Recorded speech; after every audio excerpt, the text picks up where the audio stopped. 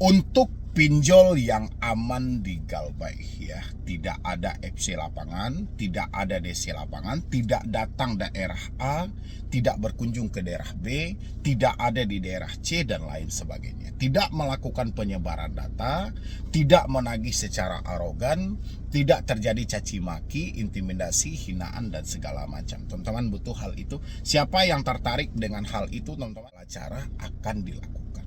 Nah, seharusnya teman-teman semuanya, apa yang harus kita lakukan bang di tengah situasi yang seperti ini? Di satu sisi duit sudah nggak ada, kemampuan sudah nggak ada, kalau diusahakan pun saya nggak tahu batas waktunya nanti. Apa yang seharusnya saya lakukan di tengah situasi yang seperti ini? Untuk semua teman-teman yang mencari pinjol yang aman Galbay, mana tahu teman-teman hari ini mengalami telat bayar seperti di Kredit Pintar, di Samir, di Krediwan, pinjam win-win ya, habis atau pinjamin lah gitu ya, habis itu di Dana Cicil, di Asetku, di Kredivest, adapun di EasyCash dan lain sebagainya.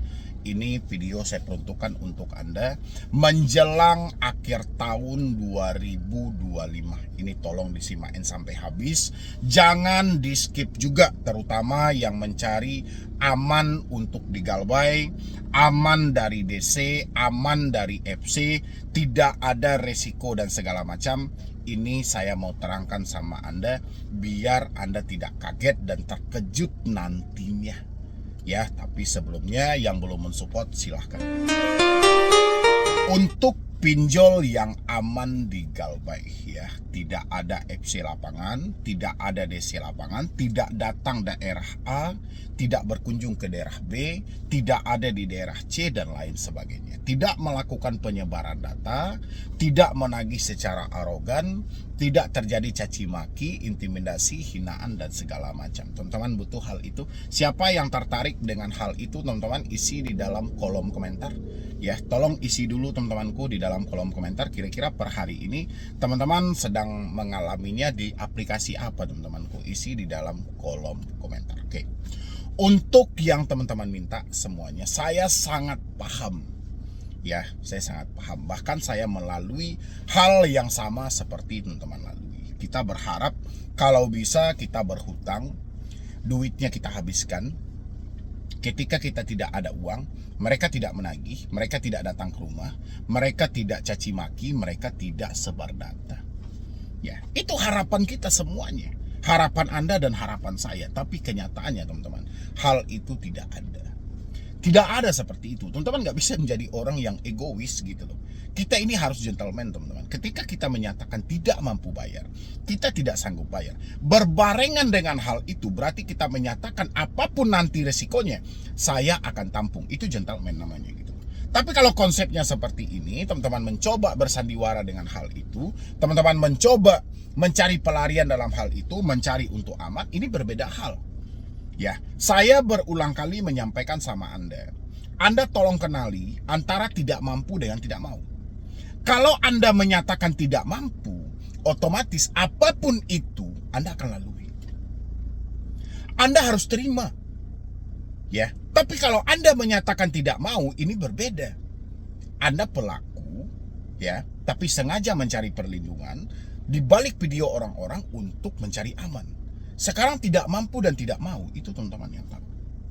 Ya, kalau teman-teman berharap pinjol yang aman di Galbay, tidak ada sampai detik ini pinjol itu yang aman. Ya, aman dari mana? Orang kita mau minjam, pinjamannya cair, tidak cair, promosi sampah tetap ada. Promosi sampah ini bukan dilakukan oleh pinjol yang sama, melainkan pinjol yang berbeda. Ya, berarti data Anda sudah digilir dan terbuka akses untuk semua pinjol apapun, sehingga pinjol ilegal pun mempromosikan ke handphone Anda. Aman dari mana? Kalau menurut versi Anda itu aman, Anda tidak disebar data, mustahil juga. Karena pinjol pegangannya adalah harga diri Anda. Poin mereka adalah memberikan Anda tekanan dari jarak jauh supaya mereka bisa mengendalikan Anda. Terjadilah gali lubang tutup lubang. Kalau Anda bilang aman supaya DC tidak datang ke rumah, ini adalah urusan internal antara penyedia layanan dengan jasa debt collector tadi. Ini tidak perlu Anda pikirkan. Kalau Anda bilangin, oh amannya mereka tidak menghubungi keluar konter, Anda coba pertanyakan dulu, sejauh Anda mengalami telat bayar ini, sudah ada atau belum laporan dari orang sekitar? Konsepnya seperti itu, teman-teman. Ya, ini kita menjelang akhir tahun. Anda sama-sama paham. Pasti Anda juga sebagian bekerja di sebuah perusahaan. Ya, sebagian Anda mungkin ada yang memiliki usaha sendiri. Otomatis menjelang akhir tahun Anda mau perhitungan kan? Mau menghitung untung, laba, dan segala macam. Ini mau dihitung di akhir tahun. Kalaupun ada hutang piutang, mungkin segera akan Anda tagih. Begitu juga lah dengan pinjol.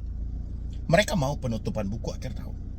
Segala hutang yang tertunggak itu harus dikejar oleh debt collector. Makanya segala cara akan dilakukan. Nah, seharusnya teman-teman semuanya, apa yang harus kita lakukan bang di tengah situasi yang seperti ini? Di satu sisi duit sudah nggak ada, kemampuan sudah nggak ada, kalau diusahakan pun saya nggak tahu batas waktunya nanti. Apa yang seharusnya saya lakukan di tengah situasi yang seperti ini? Ya, ini pertanyaan yang paling. Kalau itu yang mau Anda cari tahu, itu bagus. Saya angkat jempol itu teman-teman semuanya. Hal yang harus Anda lakukan paling utama adalah penyebabnya ini di mana. Saya yakin ya, orang yang menonton saya 90% masih belum yakin atau belum paham sumber penyebab ini. Ya, berulang kali saya sampaikan teman-teman. Penyebab ini semuanya karena handphone, telepon, WhatsApp, dan email. Ya, didukung di tengah situasi Anda ketidakmampuan Anda hari ini, habis itu ditambah lagi dengan beban telepon, WhatsApp, email. Ini adalah penyebab. Kalau penyebab ini tidak Anda atasi, Anda hanya sibuk membenahi akibatnya, ini percuma. Ya, Anda bertanya sama saya gini, Bang, kita galbay di sini aman nggak?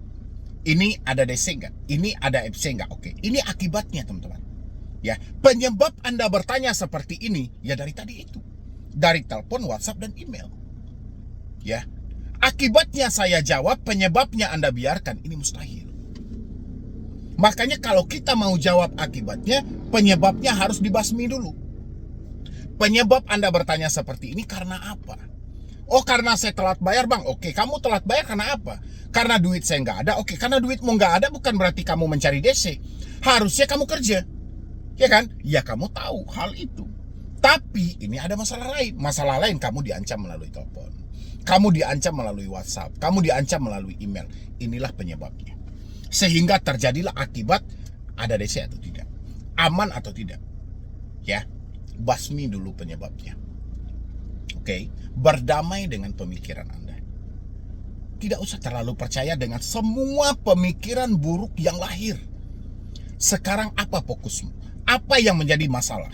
Masalah sebenarnya adalah duit kita belum ada. Kita belum mampu bayar. Oke, ini masalahnya. Duit ini tidak cukup dengan hanya kita berdoa. Tidak cukup dengan hanya kita duduk berdiam diri. Otomatis kamu harus bekerja. Bagaimana mungkin kamu bekerja, berusaha sementara otakmu kacau? Ya, setiap hari yang kamu pikirkan menghubungi di luar konter kan? Setiap hari yang kamu pikirkan datang ke rumah nggak? Setiap hari yang kamu pikirkan kapan DC ke rumah? Ini setiap hari beban otakmu. Mana mungkin kamu bisa menyelesaikan hal itu, teman-teman? Yang ada kekacauan yang terjadi hampir setiap hari. Nah, ini yang harus teman-teman atasi semuanya. Cara mengatasinya simpel ya. Putus dulu penyebabnya ini. Kalau penyebabnya sudah Anda putus, baru nanti akibatnya bisa kita benahi. Habis itu Anda bisa berdamai dengan diri Anda sendiri. Yakinkan diri Anda. Terserah Anda mau bilangin, Bang, kredit pintar, Samir bang, Uatas bang, Julo bang, ini bang. Nggak usah direview satu persatu.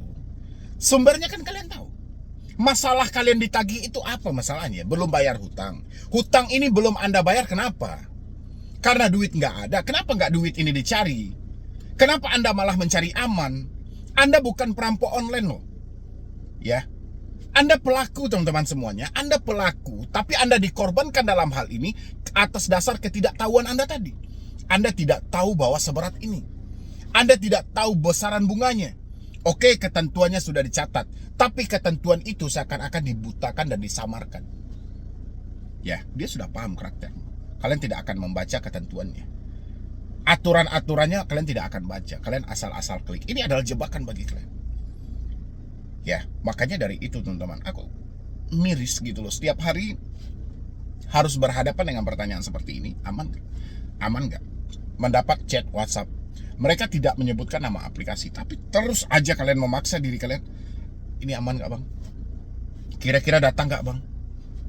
Saya bang, setelah 1 bulan mereka nggak menagih, sekarang menagih. Mereka mau berkunjung ke rumah, benar atau tidak? Itu semuanya luapan ketakutan teman-teman semuanya. Sekarang fokuslah bekerja. Tapi untuk fokus bekerja, fokus berusaha mengumpulkan uang supaya bisa negosiasi, ini bukan perkara mudah. Harus mengambil keputusan yang paling tepat. Keputusan yang paling tepat hari ini adalah memutus komunikasi yang ada dulu. Menyelamatkan semua pemikiranmu dulu. Kalau itu tidak kamu lakukan, percuma dan mustahil. Ya, kamu terus bekerja, kamu terus berusaha, bekerja seperti biasa, berusaha seperti biasa, teleponnya kamu biarkan, WhatsApp-nya kamu biarkan, emailnya kamu biarkan. Ini mustahil. Ya, kamu tidak akan mampu bangkit keluar dari semua ini. Tapi kamu putus dulu semua komunikasi yang ada. Setelah kamu putus semua komunikasi yang ada, kamu berdamai dengan pemikiranmu, lihat peluang yang ada di depan. Gak usah kamu pikirkan dulu, kita ganti nomor, keluarga ditelepon, kita hapus WA, data disebar. Gak usah kamu tambah beban pikiranmu dengan hal seperti ini. Ini hal yang tidak terlalu penting dan tidak penting sama sekali. Yang terpenting hari ini, bagaimana kamu bekerja, berusaha, kamu membayar hutangmu tanpa lagi menggali lubang tutup lubang. Ya, satu hal lagi, jangan fokus kepada selikmu, fokus kepada masalahmu hari ini. Jangan sampai masalah ini membaluti semua tubuhmu dan masalah lebih besar daripada dirimu. Gak akan mungkin kalian bisa menyelesaikannya teman-teman semuanya. Ya, silahkan kalian cerna ucapan ini, kalian tonton video ini sampai di akhir detik ini. Kalian cerna dan kalian praktekkan. Kalau tidak kalian praktekkan, kalian menjadi orang yang merugi dan selamanya Anda akan seperti ini karena ulah pinjol. Oke teman-teman semuanya, mungkin dari saya cuma itu aja. Terima kasih banyak telah hadir di sini, dan nanti yang mau konsultasi langsung sama saya, silahkan teman-teman semuanya bergabung aja di channel ini menjadi membership. Nanti akan ada akses nomor WhatsApp untuk Anda telepon. Ya, jadi sekian dulu dari saya, Medi Broni. Wassalam. Memang sudah seharusnya semua pelaku usaha jasa keuangan ini diberikan ketegasan untuk menghapus semua debt collector, penagih hutang yang tidak jelas gitu loh. Ya, ini di mana-mana masalah loh teman-teman. Motor beli cash di stop Matel. Motor ada BPKB-nya di stop Matel. Penarikan di jalan kayak pembegalan dan segala macam. Dengan dalih mereka mendapatkan surat tugas. Padahal mereka ditugaskan di dalam surat tugas itu untuk menanyakan tagihan. Kalau ada ambil, bayarkan. Kalau enggak, tanyakan dan pesankan. Enggak ada ditugaskan untuk menarik. Enggak ada, karena itu ada fidusia teman-teman semuanya. Ya, ini baru kelasnya leasing. Ya, kenapa mereka melakukan hal seperti itu? Karena mereka tidak mau ribet. Makanya saya setuju kalau pihak dari kepolisian melakukan evaluasi. Memang bagus. Jangan evaluasi lagi, hapus aja, basmi aja gitu loh. Ya kan, ngapain lagi, kan sudah ada fidusianya. Sudah didaftarkan ke pengadilan. Kalau misalnya ada nasabah yang tertunggak, ya sudah melalui jalur hukum. Bukankah negara kita ini negara hukum? Ya kan, tidak ada premanisme. Tapi ini kenapa setiap hari, saya perhatikan ya. Ini bukan saya mengkaitkan, tidak. Bukan saya menyalahkan pemimpin, tidak. Sejak dilantiknya Bapak Prabowo, saya tengok ini. Matel-matel ini luar biasa gitu loh. Kenapa Bapak Prabowo gitu loh? Kenapa Bapak? Atau Bapak kelihatannya kurang tegas atau seperti apa gitu? Sejak Bapak banyak mengizinkan lembaga-lembaga yang tidak jelas, komunitas-komunitas yang tidak jelas, atau misalnya organisasi yang tidak jelas, ini matel-matel ini banyak loh. Ya, saya tidak menyalahkan soal mereka menjadi penagih hutang, tapi cara mereka seperti perampok ini saya kurang suka gitu loh. Ya kan, seperti begal gitu loh, perampasan, pemerasan. Nauzubillah gitu loh. Padahal di dalam aturan POJK nomor 22 tahun 2023, kalau pengaturan penagihan kredit terbaru sudah ada mekanismenya. Dan hampir semua itu dilanggar. Dan satu hal lagi, OJK kalau tidak becus mengurus hal ini, balikin lagi ke Bank Indonesia gitu loh. Nggak usah OJK pura-pura dalam hal ini. OJK tidak akan mampu mengkaper hal ini. Ya, OJK cuma bersuara. Dan satu hal lagi dari Bapak Kepolisian, ini saya sampaikan ya. Kenapa Matel-Matel ini banyak? Ya, Matel atau mereka debt collector merampas kendaraan, merampas mobil motor dan segala macam itu dibawa tidak diserahkan kepada leasingnya. Karena saat ini hampir semua marketplace itu menjual kendaraan STNK only. Ya, cuman STNK aja. Ini harus diburu, Pak. Kalau bisa iklan-iklan seperti itu tolong dibasmi supaya orang-orang ini tidak berniat jadi maling. Kendaraan ditarik bukan diserahkan ke perusahaannya, ini malah dibawa putar. Ada yang diperjualbelikan. Ini sekelas leasing. Ya, bank dan lainnya. Belum lagi pinjol. Pinjol lebih parah lagi. Ya, nggak akan mampu OJK mengkaper hal ini. OJK angkat tangan aja. Nggak akan mampu. POJK yang dibentuk sampah semuanya, nggak ada gunanya gitu. POJK mana yang diikuti? Nggak ada. Ya, POJK baru berlaku ketika OJK komprensi per. Tapi POJK tidak akan berlaku kalau sudah di lapangan. Menurut teman-teman semuanya gimana? Kalau saya pribadi, ya, saya berharap Bapak Presiden membuat peraturan tegas menekankan kepada otoritas jasa keuangan kalau bisa leasing ini, bank-bank ini, ya persilahkan, nggak ada masalah. Mereka mau punya penagih utang nggak ada masalah. Tapi benar-benar tegas, nggak bisa lagi ada matel-matel eksternal, nggak ada lagi gitu loh. Ya itu yang membuka peluang terjadinya tindak kejahatan. Bukankah di sana sudah dijelaskan? Keputusan MK sudah jelas loh. Tidak ada lagi penarikan secara paksa. Ya, walaupun ada pidunsianya, sertifikat pidunsianya, kalau si debitur tidak mau menyerahkan secara sukarela, tidak boleh anggunan tadi itu ditarik. Kendaraan tadi itu ditarik gitu loh. Tapi kenyataannya apa? Ya, semuanya penuh sandiwara. Kalau data yang Bapak percaya, datanya nggak ada yang benar, tapi faktanya dicari di lapangan gitu. Ini pinjol, Pak, pinjol lagi. Ya, itu sekelas leasing. Oke, pinjol. Hampir setiap hari dan hampir semua debt collector pinjol bertindak anarkis. Tidak sopan gitu loh. Pengancaman fisik, pengancaman verbal dan segala macam. Kemana mau melapor? Mereka tidak menjelaskan mereka dari aplikasi mana. Lebih parah lagi daripada leasing. Lebih parah lagi daripada bank gitu. Makanya saya setuju banget. Kalau memang keputusan ini tepat, ya ambil langkah yang tepat. Hapuskan debt collector yang ada di Indonesia. Oke, silakan. Pakai penagih lagi nggak apa-apa, tapi yang internal aja. Yang benar-benar mendapatkan mandatnya. Yang benar-benar mendapatkan surat tugasnya. Yang benar-benar sesuai dengan syarat dan aturan yang berlaku. Nggak usah ada lagi matel-matel eksternal, nggak usah lagi. Nggak usah ada lagi kelompok-kelompok penagih hutang, nggak usah ada lagi gitu loh. Ini aksi premanisme. Ya, perampok yang dibiarkan, pemeras yang dibiarkan, perampas yang sengaja dibiarkan gitu loh. Saya setuju kalau pihak kepolisian mengambil langkah tegas dalam hal ini. Kalau menemukan hal itu di lapangan, hubungi 110. Saya setuju banget. Kepolisian terdekat akan membantu masyarakat. Teman-teman juga seperti itu. Kalau Anda di stop sama debt collector, kendaraan Anda mau ditarik, segera hubungi layanan darurat dari pihak kepolisian. Dia akan dilemparkan ke yang paling terdekat dan segera akan membantu Anda gitu loh. Jangan pernah serahkan unit Anda, jangan pernah serahkan kendaraan Anda. Ya, itu ya buat teman-teman semuanya. Saya berharap mudah-mudahan harapan saya di tahun 2026 nanti tidak ada lagi yang namanya debt collector, tidak ada lagi yang namanya penindasan. Dan begitu juga sebaliknya. Ketika tidak ada debt collector bukan berarti ini tidak dibayar hutangnya, sengaja galbay, sengaja gagal bayar, sengaja mencari celah-celah dan segala macam, itu tidak benar juga.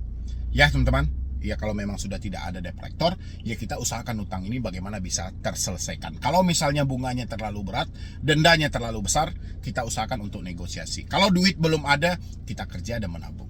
Oke teman-teman semuanya, sisanya lanjutkan nonton video ini.